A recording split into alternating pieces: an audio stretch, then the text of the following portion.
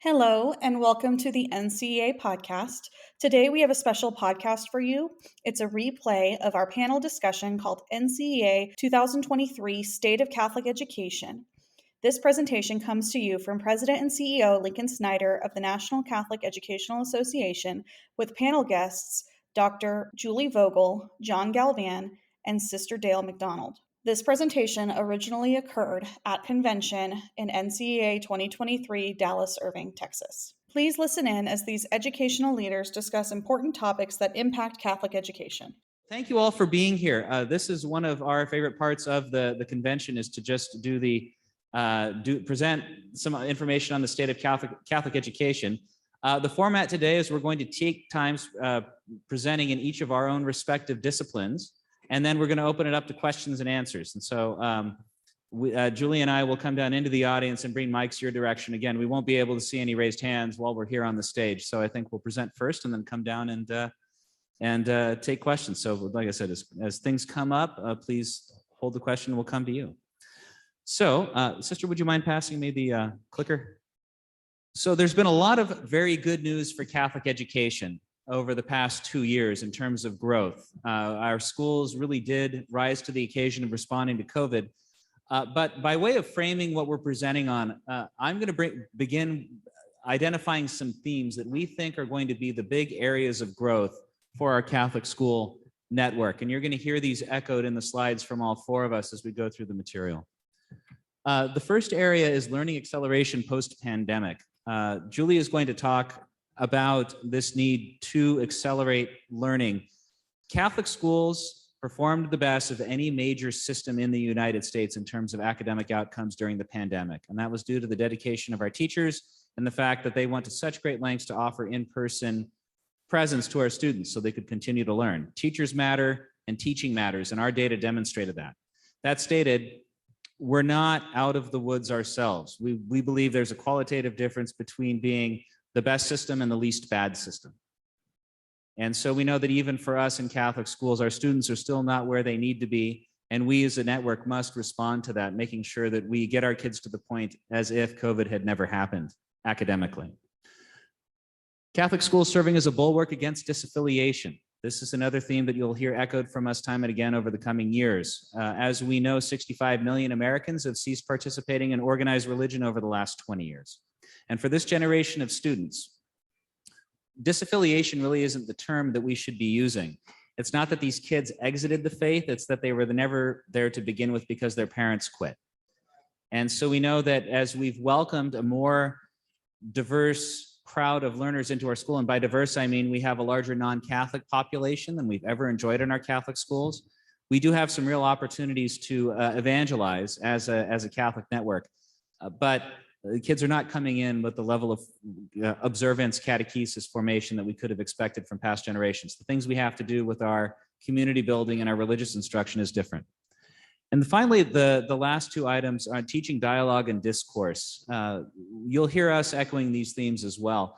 The Holy See put out a document talking about Catholic schools as an instrument of teaching discourse and dialogue. And there's research done by Ashley Rogers-Berner and others showing that Catholic schools are actually exceptional at teaching discourse and dialogue, despite the fact that we now live in a highly polarized and fragmented society. This is one of the aspects of the secret sauce of Catholic education and in us building the next generation of servant leaders.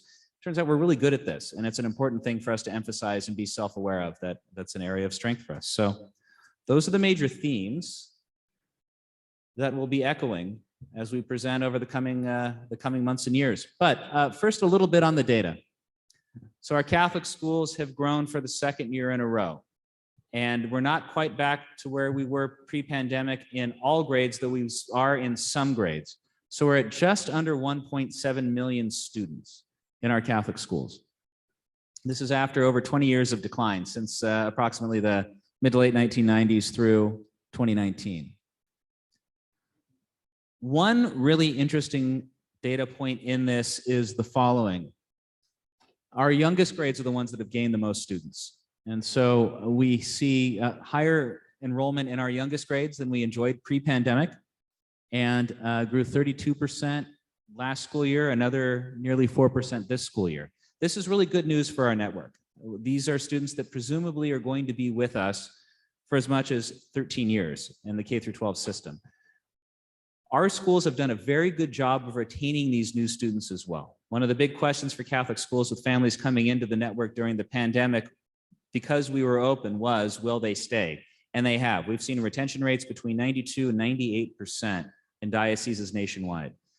By the way, the number one reason they report for staying is they fall in love with the teachers, with the community. They feel their children are loved and served. And so we're seeing far higher retention than might have otherwise been expected. Catholic schools are innovating right now at a great rate. And this is another data point we just want to bring your attention to. We see more and more schools trying new modes of learning to attract and retain more families. We have 99 schools that have international baccalaureate programs, and that's elementary and secondary programs. We have at least 125 schools that are offering dual language immersion instruction. So that means that a child will receive a percentage of their instruction in English and then a percentage of the instruction during the day in the native language, so as they complete school bicultural and biliteral. And we have also seen a growth in virtual schools. There are currently 7 fully virtual schools nationally that are recognized as Catholic schools by their bishops. And another interesting point, we saw a tremendous decline in the number of international students at our Catholic schools during the pandemic, but there are still over 5,000 students from abroad studying at our Catholic schools today. So these programs have not gone away, and in many places are showing signs of growth again. Mostly that's in secondary. We've seen a lot of interest in classical and liberal schools. Those are very difficult to define what actually constitutes that category of schools. A lot of the startup schools would fall into that brand or charism within the Catholic network, but we don't have firm data on that. Like I said, we've seen a lot of growth, but we don't have precise numbers. Our schools are educating an increasingly diverse population. So there's good news and bad news with these numbers, and I want to speak to this a little bit as well. First, the percentage of Hispanic/Latino students, and we use both because depending on the survey and definition, the terms are not interchangeable. But our percentage of Hispanic and/or Latino students has risen from 14 to 19.3% over the last decade. So we have seen growing participation by Hispanic and Latino families in Catholic education. But to tell you what the actual challenge is for us, over half of the Catholic school-age children in the United States are Hispanic or Latino, depending on the studies. So we have seen growth, but the Hispanic Latino population remains underrepresented in our Catholic schools by a long shot. Again, half the children in the US, school age who are Catholic, are identified as Hispanic or Latino. Non-Catholic enrollment has been one of the biggest areas of growth for us, especially during the pandemic. We saw record numbers of non-Catholic families coming to our schools. It's gone from 4.7% in 1972 to over 20% of our students today are non-Catholic. And amongst the Catholic students we see relatively low numbers reported of weekly Mass-going Catholics attending our schools. We know that this really should inform our religious instruction. We have more children who are not Catholic or are not Mass-going observant Catholics in our schools. We know that this calls for a more evangelical approach with many of these families. They represent a significant number. Finally, a last 3 data points I wanted to share, and this is from a whole host of information, but I thought these are interesting. Number of students reporting themselves as multiracial has gone from 2% to 9% in our schools over the last 20 years. Partly that's because more students are self-identifying as multiracial. We've seen at least 15% of our students identified as eligible for a free or reduced price lunch. This number is greatly underreported. Not every school that has students who would qualify for a free or reduced price lunch report the numbers as such, and there's numbers of reasons for that Sister Dale can speak to at length, but underreported, but still significant. And finally, we're now at nearly 7% of our Catholic school students nationally reporting that they have special needs. About 1 in 60 children born today will be diagnosed with autism spectrum disorder. And so that's just one example of the new categories of needs that our schools are working to accommodate so they can remain community schools. So in short, the state of Catholic education is strong today. We are up for the 2nd year in a row. We have had access to federal programs and other means of monetary support that have resulted in good budgets, healthy budgets for many of our schools. There is a strong sense of momentum for Catholic education. we do still face some headwinds in the long term. So the challenge of disaffiliation affects the entire church. For us as a church ministry, it affects us. Parishes have not seen mass goers return to the pews and tithe at the rates that we saw pre-pandemic. So that will have consequences for our Catholic schools. And we know that in the long run, in particular, engaging our Hispanic and Latino brothers and sisters in Catholic education is important for our overall sustainability as a network, given our numbers. Finally, more and more work and discussion is happening around things like school governance and innovation in governance and in school choice, which I don't speak to today, but all of these things are resulting in a lot of opportunities for Catholic schools that do promise a chance for continued growth. So I know that you may have some questions, but before we get to them, I'm going to pass the mic to my colleague, John Galvan, and let him talk a little bit about his section. So thank you very much. Terrific. Welcome, everybody, and thank you for being at NCEA 2023. Almost forgot what year it was. Lincoln mentioned something about religious disaffiliation, and just so you have some context, I'm entering my 30th year in Catholic education. My first profession, I was an illustrator. I was an artist.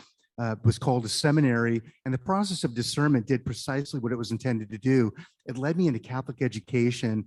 I spent 20 years teaching Catholic high school religious studies, also taught art, became an administrator, 8 years as superintendent in the Diocese of San Diego until very recently joining the NCEA team. And the research around disaffiliation got my attention nearly 20 years ago. Some of the seminal studies that came out during that time: Pew Research, America's Changing Landscape, the joint project between St. Mary's and Georgetown Center for Applied Research in the Apostolate, Going, Gone. And you may be familiar with that research, but there's no single reason why people, most especially our children, are walking away from the faith. It's not they don't believe in God, but they're stopping their practice. And what concerns me is that the median age, based on the research for disaffiliation, is 13 years old. I have a 12-year-old daughter, and I worry about her falling off that cliff myself, and we're doing everything we can to bring her up in the faith responsibly. So there's context. There's also concerns within the pre, mid, and post-pandemic era, right? There was a loss of community, a loss of learning, a loss of social, emotional strength. There was a lot going on. Suicidal ideation increased among our Catholic high school students and the high school students across the board. But what's most compelling is a very recent Pew Research study showed that between 1972 and 2020, the number of Americans who self-identified as Christians fell from 90% to 64%. And what Pew projects is that if those trends continue, we Christians will constitute less than half the US population by the year 2070. So what does that have to do with NCEA Rise? I'll be leading a session tomorrow to unpack what it is. It's essentially NCEA's answer to some of those concerns. It is our family of religious and community assessments to really check the health and vitality of our Catholic school and parish communities. For those of you that are most familiar with really what I consider our flagship assessment, which is the ACRE and its adult correlation, the IFG, the Information for Growth, we've added a new assessment to our family of assessments, the Belonging Index. I believe, friends, if ever there was a time to measure the health and vitality of our communities, it's now. And we have to test our assumptions about where our members are in this very critical time. So if you're a past user of our assessment, what's new? NCEA Rise, just to clear any confusion, it's simply a rebranding of that same family of assessments. There's a focus on faith, yes, but also a focus on community. The revised ACRE with the revision, the 2020 revision of the Directory for Catechesis, the 6 tasks were rolled up into 5. That impacted our reporting categories, thus our revised ACRE. I'm very proud of that. We added the NCEA Belonging Index. The Belonging Index measures students, faculty and staff, and families in grades 8 through 12, the degree that they feel they are noticed, named, and known in a community. Again, we have to check the pulse, check the temperature of our Catholic school members, and that's a great assessment to do just that. There's a revised website. I do encourage you, visit the NCEA website, go to NCEA Rise.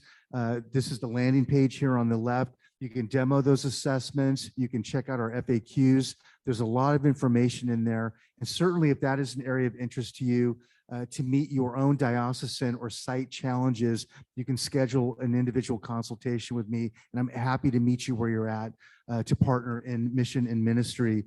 We have a new online data dashboard for our past users. As a former high school religious studies chair, we'd get those big black and white PDFs with our ACRE reports. Now there's a new colorful, very user-friendly dashboard to help you disaggregate that data at a glance. It's very impressive. Engaging community support. Something that Lincoln mentioned at the president's dinner last night was, I think one of the greatest values of NCEA, and I've been a longtime member, 30 years strong, is NCEA's ability to convene its members across the country. I've been coming to NCEA conventions. San Diego, my home diocese, hosted in 2016, and the Catholic Leadership Summit for superintendents. It is the best place to find your people, to network, so you're not alone. Friends, ministry can be a lonely place at times, and NCEA can help you cross that bridge. And then the bottom line, what do our assessments really provide? I think these are areas that we all have a stake in this. A comprehensive contextual curriculum agnostic assessment. If we need to understand how our kids and our adults, what they know and feel about the faith, that's very important. We need better informed and teachers and better informed religious instruction.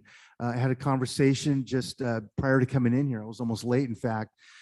Big diocese, and they've got assessments, but they're not aligned to the catechism, not aligned to the directory for catechesis, and there's questions in there and there's pockets. NCEA can help you fill those gaps. That is our ministry. Engagement with other Catholic educational professionals, an answer to that ever-growing religious disaffiliation is so important. And certainly data for strategic planning. Our assessments and what we do at NCEA, it's not just for religion teachers or for catechists and DREs. It's for the health and vitality of the entire school and parish community. And that's important to all of us. I think that's it for me.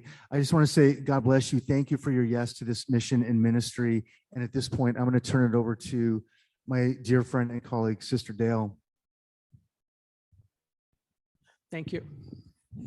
Well, since the early 1990s, NCEA has had a public policy office. I joined it in 1995. And the purpose is to engage in analysis and advocacy regarding the educational policy issues that are before generally the federal, at the federal level, before Congress or Department of Education or some other agency that's federal. But we do assist state level as well sometimes when it would have national implications for other schools across the country. And basically what we try to do, I work in conjunction with other private school associations, organizations under the direction of CAPE. I work with the Catholic Bishops Conference, and we try to form a coherent voice. I work from the Catholic education perspective, of course, but we try to present a picture of private education as partners in the educational enterprise in this country, and to make the distinction between public and private education and faith-based education, and the importance for each sector to be part of the educational operation of this country. And so we work to really help shape the public policy.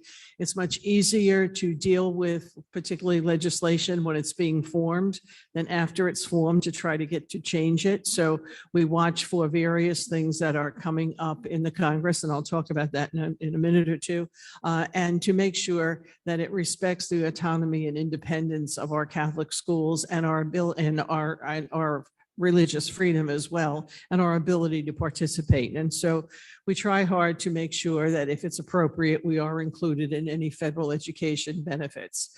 You know, your tax dollars, as well as the tax dollars of the parents of the children in your schools, are what fund these programs. And so, you know, our children are entitled to a share of that money, as well as the public school children.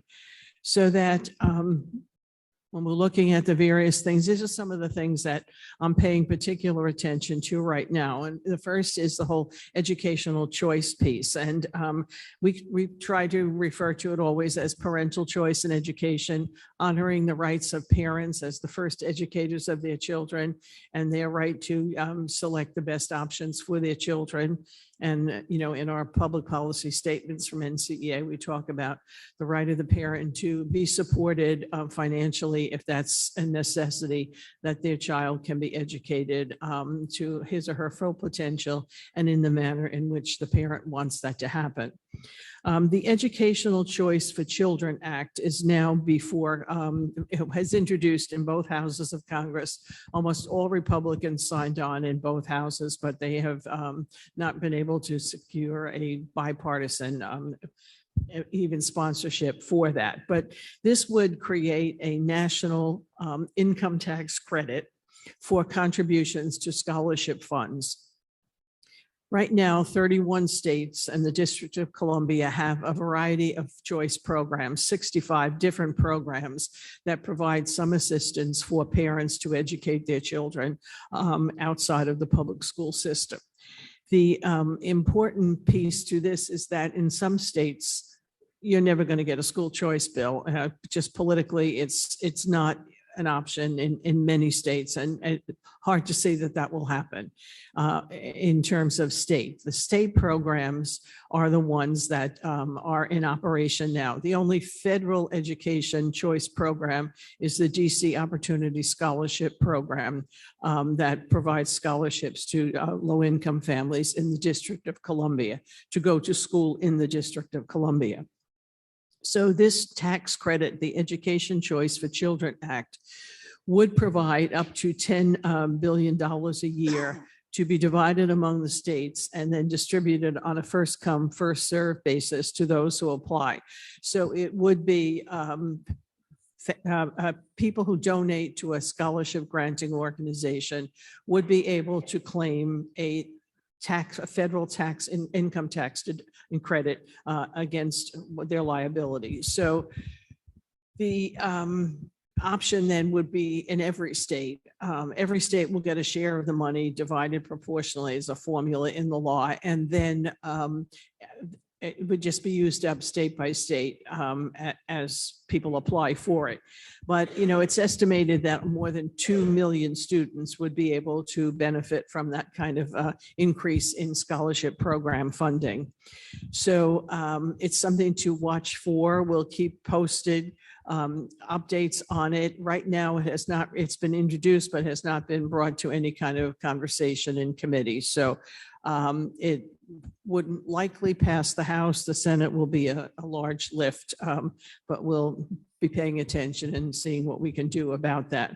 The other choice initiative we're watching is the Religious Charter School Bill, the Religious Charter School application. The state of Oklahoma, the dioceses in Oklahoma have applied to their state virtual charter board for being recognized and being granted status as a virtual charter school. The former Attorney General in Oklahoma had sent a memo out that said, well, in the light of recent Supreme Court decisions, you can't deny a program simply because it's religious. And so he felt that a religious charter school was a possibility. And so they organized in Oklahoma City and have submitted a grant for a virtual charter school. The that Attorney General left, that was on his way out the door, he issued that memo. And the current Attorney General says, no, that's an improper application. And so the bill was supposed to be, the application was supposed to be voted upon this month, but it has been postponed. And some of what may account for that, we're watching, there's a federal case that we don't know yet. The U.S. Supreme Court is trying to decide whether it will take the case or not, which involved a charter school in North Carolina that is being sued because it is a state actor and it has made regulations. It would not allow young women to wear pants. They had to wear skirts. and the ACLU said that was a violation of their civil rights. So the question is a charter school an independent school that has some government funding, or is it a government school that is allowed to act independently? So I'm sure that's playing into the Oklahoma decision to postpone a decision about whether or not they'll grant the charter. We have a lot of concerns about, what is a religious charter school and what kind of independence and autonomy would it have to actually, be a Catholic school in all that we expect a Catholic school to be. So we'll be watching that. I mean, there are a lot of other concerns, very few religious charter schools would likely be approved in any state simply because there's not funding for it.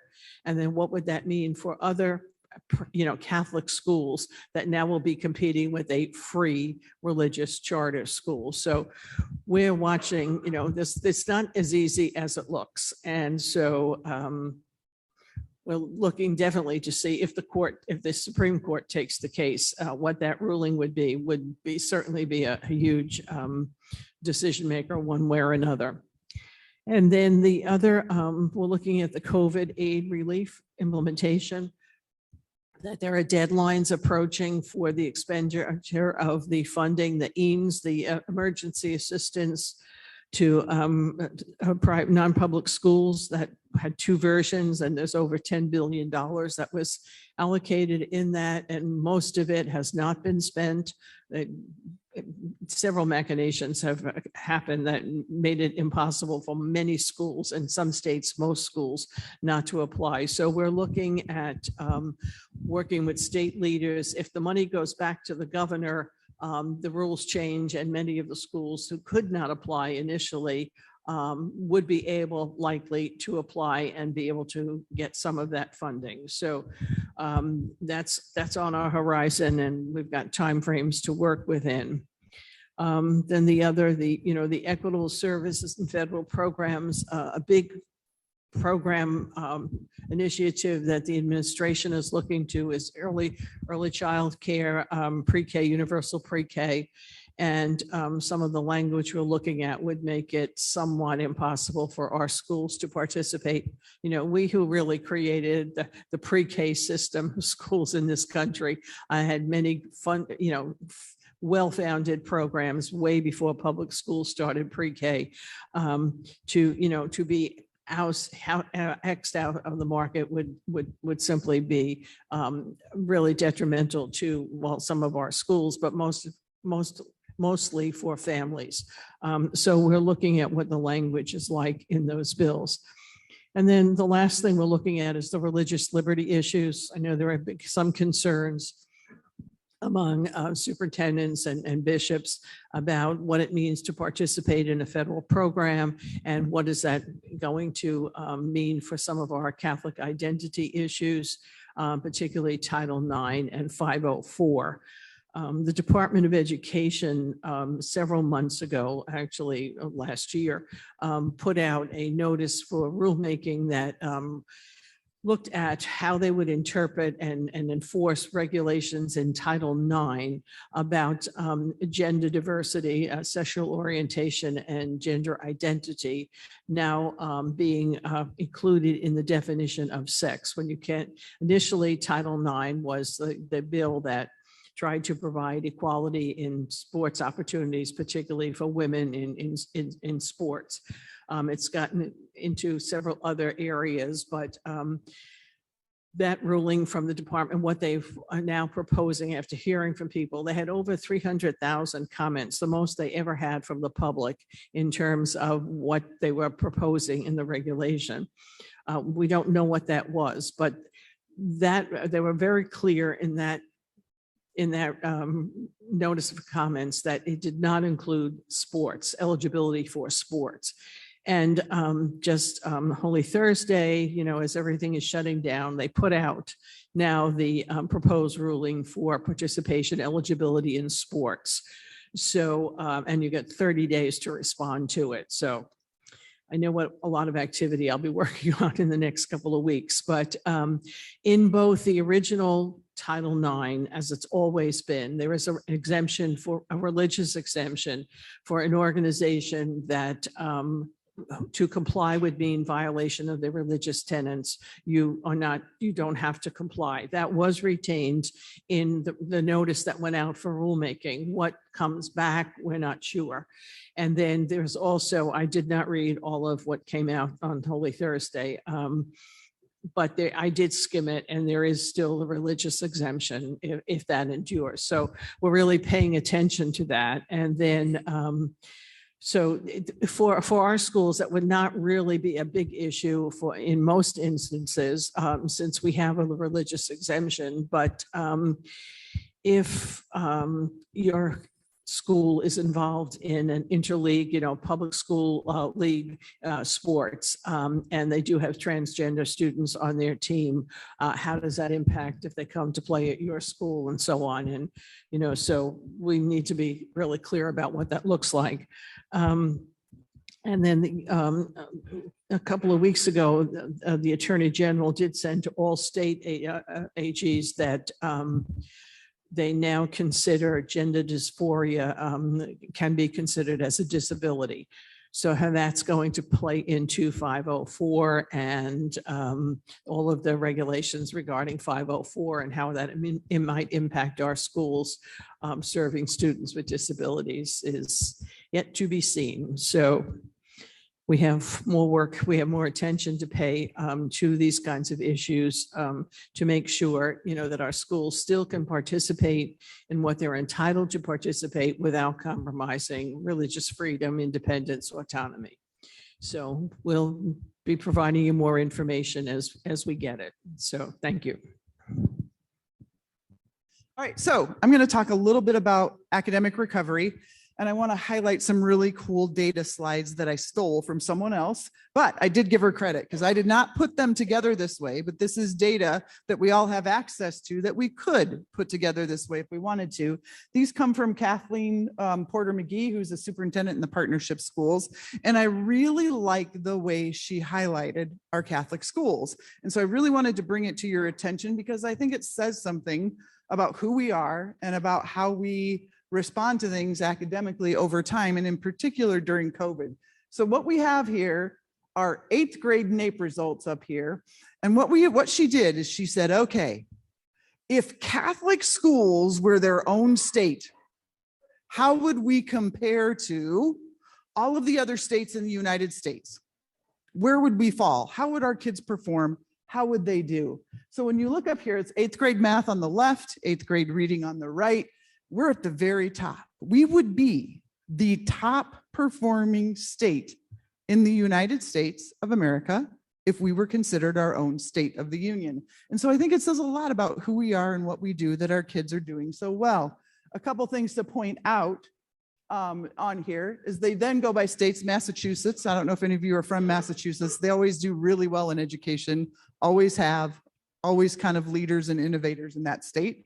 So they're generally at the top of the list too. But if you go down here, the red line, national public schools, if they were their own state as a nation, that's where they would fall. And if you look down here at some of our competition, charter schools are in yellow. So it gives you a kind of idea as far as academics go, we're not doing too bad, are we? Our 8th graders are looking pretty good. So I kind of like that data. But let's see, wait, did we go back here one more? Did I skip one? No, just 8th grade. So I just wanted to see where we are. But then I would want to talk a little bit about some longitudinal results. So again, same data from the National Assessment of Education Progress. And you might say, why are you using this data? It doesn't apply to me. Well, it's the only way that we can compare ourselves to public schools because it's the only place we have a big enough random sample of our Catholic schools to make the data reliable and valid. So when you get the question that says, should I participate in these NAEP tests? The answer needs to be yes. So I am going to plug a commercial for something I've never plugged before, because if we don't participate, we don't know how we're comparing to our fellow public schools. So it's really important that we participate in these NAEP assessments. And so this one right here shows us NAEP results for Catholic schools in 4th grade. And if you look at it, it's really simple, really clear. We're the blue line on the top. Public schools are the gold line down below, and you can kind of see the difference. We look pretty good, right? We really perform quite high. We should be quite proud of those results. So I'm really happy about those. I want to show you something. These are my additional lines, straight red lines. Just think about what those look like when you lay those over the top. Let's look at 8th grade math. Trend line, trending a little bit down. We have the dip from 2022 because of COVID. So you see the math dip. That's not new. We're all aware of that. We know about that. Not seeing anything new. But if you kind of look from 2013 to 2019, we still outperform our public school counterparts, right? We do, but our results look sort of similar. So pay attention to that again. I'm going to quickly show you another set. Same concept. These are our 4th grade reading scores. If you add the red to both, yes, we are outperforming our public school folks. And this is our 8th grade reading. Same thing. That one's a little more variant than the others, but the concept to me is still the same. Overall, if you're looking at the trend lines, our trend lines mirror public school trend lines for the most part.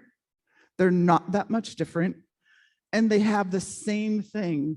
They're sort of flat. So while we outperform and we mirror our public school counterparts, here's the deal. Our scores aren't slowly rising over time, are they? So there's our caveat. There are 2 things that are really essential for our kids to grow and to learn. There are 2 things that I want you to concentrate, and there's only 2 reasons I put reading and math up. Reading and math are the 2 things that kids need to be literate at. No exceptions, under any conditions. We have to be able to teach kids how to read and be literate in math better than anybody else, hands down. Because those are the 2 ways we sort people. Those are the 2 ways we decide who's successful and who is not in this country. And these are the 2 things we are historically known for being better at than anybody else. So we want to continue that. And I'd really like to see our NAEP scores not flatline and mirror public schools, but I'd really like to see what we can do to maybe start to slowly growing those over the years, a point here, a point there, and slowly moving that trend line up instead of keeping that trend line flat. To me, that would show that we were really growing. So we've got to build that super strong foundation, because if we don't have that strong foundation in our K-8 schools, our kids are going to suffer. They're going to hit a point in their life and their career when that foundation isn't going to hold anymore. And so I only have one personal example to share with you about that, because it's really kind of pertinent. Is, you know how many of you love math? Yeah, not so many, huh? Okay, so I used to love math. I still do, believe it or not. But when I was a kid, I missed all of 5th grade. I was in the hospital. I was out of school. Didn't go to school at all. When I was a kid, guess what they taught in 5th grade math? Fractions, decimals, and percent. Right? Those were the 3 big concepts in 5th grade math. 6th grade math, no problem. Didn't really affect me. 7th grade math, started to notice a few gaps. 8th grade math, not so much. Then we hit algebra. Bombed, because what is algebra all about? Proportionality, fractions, decimals, and percents. Didn't have a clue. So my foundation crashed. My parents had to pay for all kinds of extra help for me just to get me caught back up, because I had missed the essential skills. So one of the things that we're going to spend a lot of time talking about over the next few years is focus. Pay attention to the very essential things, because here's what education does. Education puts out big standards and things that are written in language that is meant to show that kids know a big amount of skills. But if I'm a teacher and I'm in the classroom and I'm teaching 3rd grade, I'm not teaching to a big standard. I want to know what the skill is my kids need to know tomorrow, and how I'm going to teach it, and how I'm going to know that they got it. I'm going to want to know what the skill is they're going to learn the next day, and how, what am I going to do to teach it, and how am I know that they've got it. So I really want us to start focusing on those essential skills in reading and math in particular, to make sure that our kids have that super strong foundation, and that we are better at literacy and math and continue to stay that way, long over time and to move that trend line up over the next 10 years or so. So as far as academic recovery goes, if we can focus on the things that really matter and that are super essential and help our teachers understand there are essential skills out there. There are places that they can find them. We'll get resources together for them to have them, and they can start moving that needle forward with their kids. So we're going to work on that for now with academic recovery. There are all kinds of things tied up into education. Do not get me wrong. This is just today's little mini focus because we don't have a lot of time. That is not what a Catholic education is all about, but academics are a piece of it. And we're known for being exceptionally good at that. But I'd like to be exceptionally great at it. And I know our kids can do it. So just some things that I want you to start thinking about as we continue to have these conversations and move forward. Well, thank you so much. So, and I appreciate that comment, Julie. One of the things that we've talked about a lot is the idea of giving our school leaders permission to focus on the absolute essential. You know, we're in a time and environment where there's a lot of demands on time. There's only so many minutes in the day. And if we're to do nothing else, really clearing the deck as much as we can to focus on those essential skills, I think is the most important thing we can do as a system right now. So thank you for the data. So now is the time for question and answer. So I'm going to come down into the audience, and we're happy to field any questions you might have. The 32.2% growth, when was that? What years were those over? Oh, sorry. So about the growth slide. So our Catholic schools grew something like 4% in total, 3.8% last year and another 0.3% this year. So we're up a little bit over 4% since the onset of since August of 2020. We've grown that much. The big growth we saw was in those lower elementary grades. And so that 32% gain was the gain in enrollment in our youngest grades immediately post-pandemic. So saw the biggest loss and then the biggest growth. Overall, in our youngest grades, we have more kids enrolled now than we had pre-pandemic. Here's another interesting statistic. About 40% of our schools have a wait list nationally in at least one grade. Most of those wait lists that we're seeing are going to be in the younger grades. So we could potentially have even more kids. It's just that in particular, we had more demand than desks in a lot of schools with those youngest grades.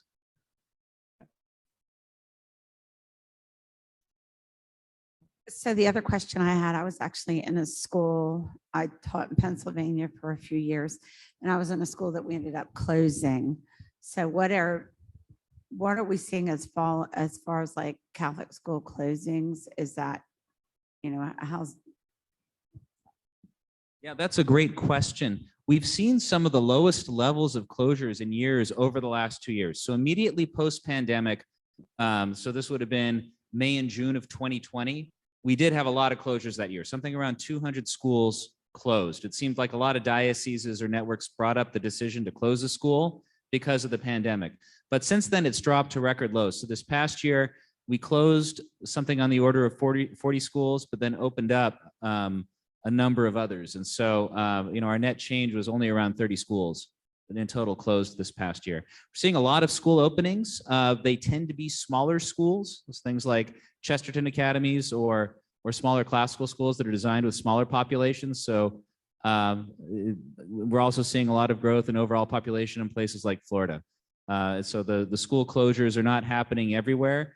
In particular, families in general have been migrating out of the larger metropolitan areas of the Northeast and traditional Midwest. And so we've seen population declines overall of school age kids in a lot of cities in those areas, but then growth in places like the South and the Southeast and the Southwest. We have growing populations. So COVID really shook things up for us. People have moved to a lot of new places, and we expect we'll see long-term changes for the US because of it. When you talk about the disaffiliation and more of the Chestertons and Regina Chaley's that are opening up, do you think that affects our schools, the larger schools, parents being involved? Because they're taking usually in those schools, you have your most committed parents. And as they leave, they're not there for models within the larger Catholic schools. So do you see that as having an effect on that disaffiliation? That's an interesting, so anecdotally, we don't have a lot of hard data about how our population is redistributing itself. So when you have schools like the Chesterton Academies or classical schools, so anecdotally, we know we have a lot of, highly devoted or devotional families that tend to constitute the populations of those schools. But because the overall numbers of people who are religiously affiliated has declined, it's really to see what the trend within the trend is with those schools. One thing that people ask, well, what, and I'll let John respond to this as well. People say, well, what can I do to support Catholic elementary education or parochial education? One really important thing is going to church and like donating on Sunday and collection like we used to. So there's yes, we've seen a growth of these smaller schools with highly committed parents. And we've seen growth in our school population. We're concerned about our parishes themselves. Our parochial schools depend on their mother parishes for their sustainability. And so we want to encourage people to stay engaged in parish life as well. And John, do you want to add anything? Yeah, I didn't hear all of the question, but as I'm listening, a couple responses. One is there's certainly a distinction between religious education and catechesis, right? But I think having done both, the middle ground where those two ministries intersect is what we're about ultimately is to bring people closer to the person of Jesus Christ, to have a transformative encounter with the living God through Jesus Christ. Everybody in this room at some point had that moment, where your life was transformed as well. And I think with the data that Lincoln presented with regard to the number of non-Catholics that have been piling into our schools, frankly, there is a great opportunity to evangelize those same families. Academic excellence, like Dr. Vogel presented, check. But let's never lose sight of our mission in all of that. As a former superintendent, I saw too often when schools really begin to circle the drain and start to lose it is when their focus turns from mission to enrollment, to finance, all of that. Operational vitality, I'm a big Nesbeck's fan. I'm all in favor. It's a holistic picture, but I really think our point of reference of departure and our point of arrival, it's always mission and the person of Jesus Christ. And I know I'm preaching to the choir, but it's amazing how often we lose sight of that. But we have a tremendous opportunity to evangelize with the capture rate of those non-Catholics. Like Lincoln said, they're sticking around. We were all holding our breath after the pandemic, weren't we? We were at my diocese, we were the first to open. We saw a 14.2% increase in enrollment in our own diocese. And why is that? Well, initially it's because we were the first to open and we stayed open. But you know what? Surprise, surprise, those families stayed because of community, because of the values that we profess, and we're educating for not just for our church, but for leadership in our world. Lincoln talked about discourse. Our world is in such need of discourse. We've been fractured, and we're part of that solution. Thank you, John. So if I understand the slides correctly, reading and mathematics is going down in general, correct? We're not as bad as the public system, but we're still doing pretty poor. No, we're not doing poor. We're doing not as poor as the public Right. system. We're not doing as, we just mirror their results. So if you look at it, our results are maybe 15 or 20 points higher, which is really, that's statistically significant in a positive way, but they don't look different than the line below. You know what I mean? They follow the same path. So it's the follow of the same path. We want to change the path. That was my question. So you mentioned focus. So what do we focus on? I mean, what is the cause of it? I guess it's not our teachers, our underpaid teachers, I think, but because the public system is doing worse. So what causes it? Why are those results going down? And how do we reverse that trend? We reverse the trend, well, for lots of ways. From an academic perspective, you focus on the two things that you need to learn how to read. So you need to teach kids how to break the code, right? So they have to learn how to decode to figure out how to read the words in print. And then you have to teach them to make meaning from that. So there are the two, right? So it's learning to read and reading to learn. I know that sounds really silly and cliche, but all of the research in psychology and all the research in reading says those are the two kind of big buckets. So we really need to focus on those. And there's tons of research out there where they've broken down how to teach reading. There is no way anyone in this room doesn't know how to teach reading. It's really hard to do. We've all forgotten because we're adults and we take it for granted. But when you're teaching kids to read is really hard, but there's research out there and there's materials out there that will help you do it right and do it well. Systematic and explicit phonics, dirty words in some places, vital to our kids' success. You gotta do it. That's the stage 1 of reading. And then stage 2 is, how do we build comprehension skills and how do we teach them to be able to have discourse and dialogue? What are the skills that they need to do that? Here's the key to that. Kids need to read a lot. The average American kid reads less than 15 minutes per day. If your child and your kids in your classroom are not reading wide and reading more than 15 minutes a day, they're behind the curve. So what I've always loved about Catholic schools is that we have the opportunity to set things up the way we need to help our kids succeed. We don't have to follow all of the rules that public school teachers have to follow. We can choose to focus on the things that we know matter and make a difference. So you have to really be intentional about what you're doing, and you have to choose wisely and you have to choose well in order to make that happen. But there are resources today that are readily available that can help you do that. I suggest due diligence when choosing resources for kids, but they're there. And I know a lot of our folks do that. So I'm really passionate about the reading piece in particular, because I think it's important, but I'm also super passionate about mathematics, and mathematics is super linear. And there are, let's face it, what did I think? There are 15,000 hours of content that you could teach your kids based on standards. Teachers in the room, you all know what I'm talking about when we talk about standards, right? There's 15,000 hours of standards content. Guess how many hours we have? 9,000 total K-12. We have 9,000 hours to teach 15,000 hours of content. Not gonna happen. Can't happen. So for us, make it easy. Really pay attention to the essential things that matter. Standards can be broken down in many different ways. There are many different parts and pieces to standards. There are skills that overlap. Look for how you break down those standards and how many of those skills are really essential to helping kids move forward.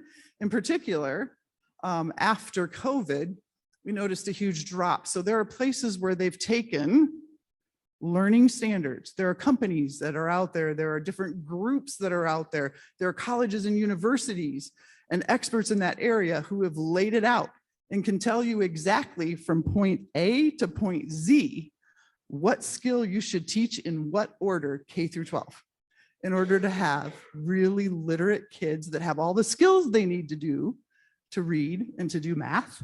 They have it all laid out in a really clear sequence. And then they'll say, here's all of them, but guess what? Some are more important than others. Here's the 50 that kids must master. Make sure they master those, because if they get those, chances are they're going to get the 3 or 4 others that relate to it as well. So they've laid it out for us. The research is there. It's readily available. Most of the time you can get it for free. So there are places that have that for kids. You just have to be super intentional. You have to pay attention to what's going on around you and what the research is saying. And then you have to act on it and do something about it. And we do that well. The other bonus that I will say about Catholic schools is there's this guy named Hirsch. How many, any researchers in here? There's a guy named Hirsch who does a lot about coherent curriculum and cohesive curriculum. And he says Catholic schools still to this day do it better than anybody else. So pay attention to what you've laid out. Pay attention to the things that you want kids to know. Teach that and ignore the rest. Do it right, do it well, and do it deep, and we've got it. Easier said than done. When I stand here and say it, it's like, oh, that's not so hard. We do that every day. And then you get into your classroom and it's a little more challenging than that. But that's the whole premise behind it. So we do have, there are available resources. Any good assessment company, any of them, and all of them have it, should have that all laid out for you, and you should be able to see it and have it in your back pocket to help in your classrooms. So Lincoln, may I add something to that? Thank you, Julie. I would also say another area of focus to come full circle on that question is to think even more broadly in terms of context.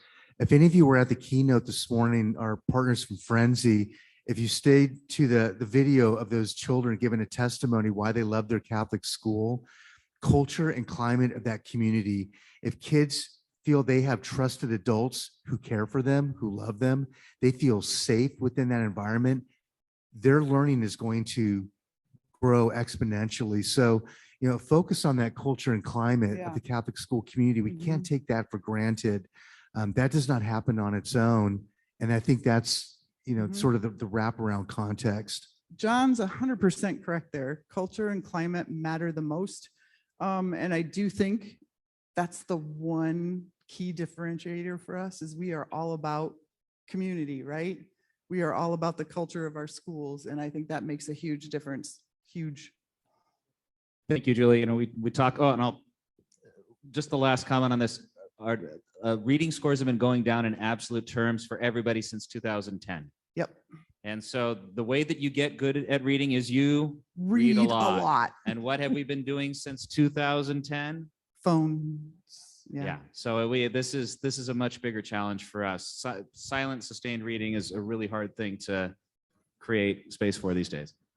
Well, thank you so much for all of the data. The data is very interesting and insightful from a national level. It's fascinating to see that the Catholic schools outperform the other states when considered as a whole. I was very curious to know if NCEA has ever given consideration or thought to the international results and data, because one of the most beautiful things, if not one of the most beautiful things about our Catholic schools is they're not just in our country, they're all over our world, right? And so we have PISA data that shows us how countries perform. And so I was just curious to know if you might give consideration and perhaps disseminate data of our Catholic schools by country throughout our world. Thank you. I can't tell you today how we stack up vis-a-vis Finland, but we can look into that. So thank you for the question. It's a good question. Good consideration too. Our Something we ought to schools think do about. participate in PISA and some of the others, but they don't get that kind of breakout Right. for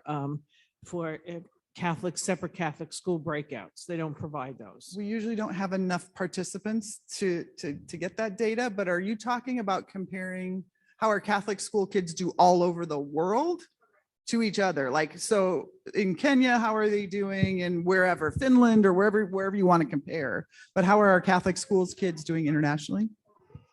No one collects that kind of data.